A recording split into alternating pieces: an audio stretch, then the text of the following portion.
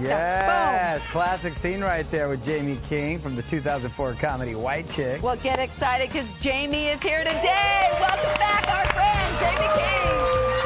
Jaime, how you doing? Look at the white Nice to see you. So good to see you. Come on in, my love. I want to do that dance, but I won't Jaime do it. smells fantastic, by the way. Look at the white boots and the whole thing. She always brings it. You still bust out those moves every once in a while? Like or the do you whitest request moves it? ever? Yeah. The best. When we rehearsed that for so long, and then Keenan was like, "Oh my God, you guys are dancing too good. What are the whitest moves you can do?" Wow. So I was like, "I don't know, the Running Man, the sprinkler." Like, so we had to change the whole routine last minute because he's like, "No, it's not. It's too good." You know what's great? We were on the carpet with you back in 2004. Roll this and tell us what you remember. Look at you. OMG. Whoa. Wait, first of all, that's so cute. That was Valentino. That was a Valentino? Yeah. And what do you remember about like that time in your life and what was going on? I mean, I remember I went from White Chicks to then go do Sin City. And it was an interesting time in my life as an actor, you know, because I was really like, all of a sudden like discovered and realized like the responsibility. Like in the beginning, there was no hierarchy. Yeah. So I could just act freely without the worry of like it would all fall on my shoulders. And like during that time, I was really starting to like figure out like really how the industry worked, you know. What about White Chicks too? Everybody said they're on board. We can update the dance moves or leave them the same. Any thought of that? Whatever we wants, need. Yeah. We're all here. Yeah. We're here. But Terry Crews and Marlon Wayans were like, absolutely. Yes, yeah. Would you do it? 100%. They're fam. Come on, anything for family. That's so great. It'd be so fun. Oh my God, it'd be so fun. I'd really like to do a comedy. I feel like the world needs more You're comedy good at right it. now. We need that. Yes. We need it right now. You've said, Jaime, I think I've read that one of your toughest role to conquer just in life is that of motherhood, Yes. too. And you've been pretty vocal about that. Why is that? I'm very vocal about it because when I was basically 26 years old, I got pregnant for the first time and lost that baby and went through so many miscarriages.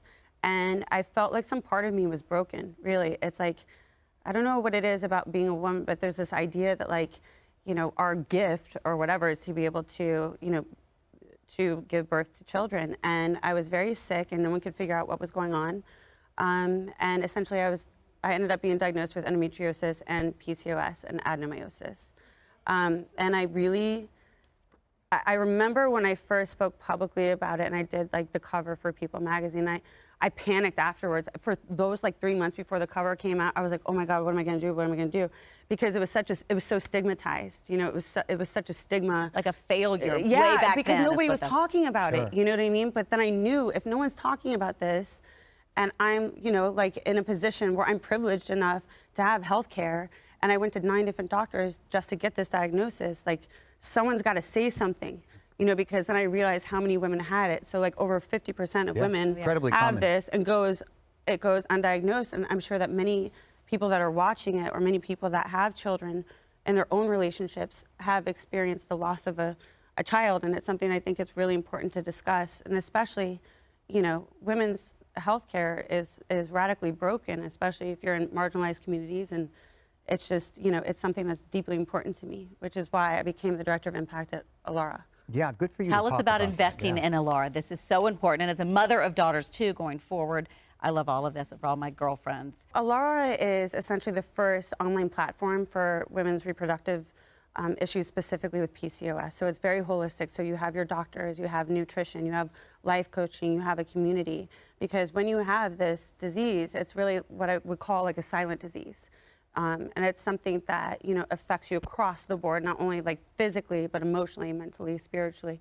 And, you know, like I have a really tough time with the way that healthcare has been sorely lacking in terms of taking care of women, especially if you're a person of color. And so something like this provides, for the first time ever, you know, women the opportunity to be heard and seen and diagnosed and felt and cared for. And it's just something that I'm just like, it makes me want to cry because this is something that I've been thinking about for over a decade. Wow. And so I'm very, very thankful. Good for you. That's awesome to raise the awareness level, and because so many people do experience, so many women do experience it, Yes. and might be afraid to talk about it. This is great. Good for you. Or they look don't at- know that they have it because, again, Yeah. they're not diagnosed, right? They're not Right. seen in the same way. Jamie, how are the boys? They're What so are their good, they're ages? What are squishy. they up to? Oh my God, what are they not up to? They're very artsy, very bohemian, very specific about their choices. Oh, I love This that. one's making like a stop-mo film right now, James Knight. How old is he? He's 8. And he's making a film. Yeah, so he did 209 Pokemon perler beads. He was like, can you call Netflix because I want it to be on Netflix. I was like, 'Cause I've calm got down, this. son. Calm down, you gotta create your own IP. You know? And Leo Thames is, we're writing a movie where he's gonna play a SWAT guy. He wants to be the first like kid SWAT guy. Oh, I like that. Yeah, But their yeah. godmothers are Taylor Swift and Jessica Alba. Yes, and Emma Comley. So how are they fulfilling their roles? How was that? And how'd you go about choosing?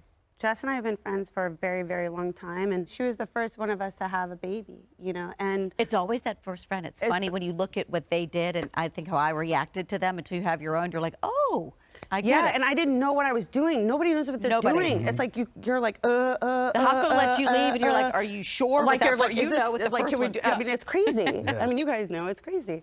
And so she's just always been there for me. And with Taylor, she just was the right one. She was just the person I felt like would be dedicated to him. Does he love her music? Is he ever like, yeah, that's No, he's like, my I don't have any idea. godmother. Honestly, clue. that's facts. He's not interested in seeing me on TV. They're not interested in hearing that music. They're just like, whatever, get over yourself. That means you're doing it right. That means right. That's a good thing right there. Jamie King, we got her in great. studio. Thank you. Thanks for being here. Great to see you, Jamie. Congrats. Thank you.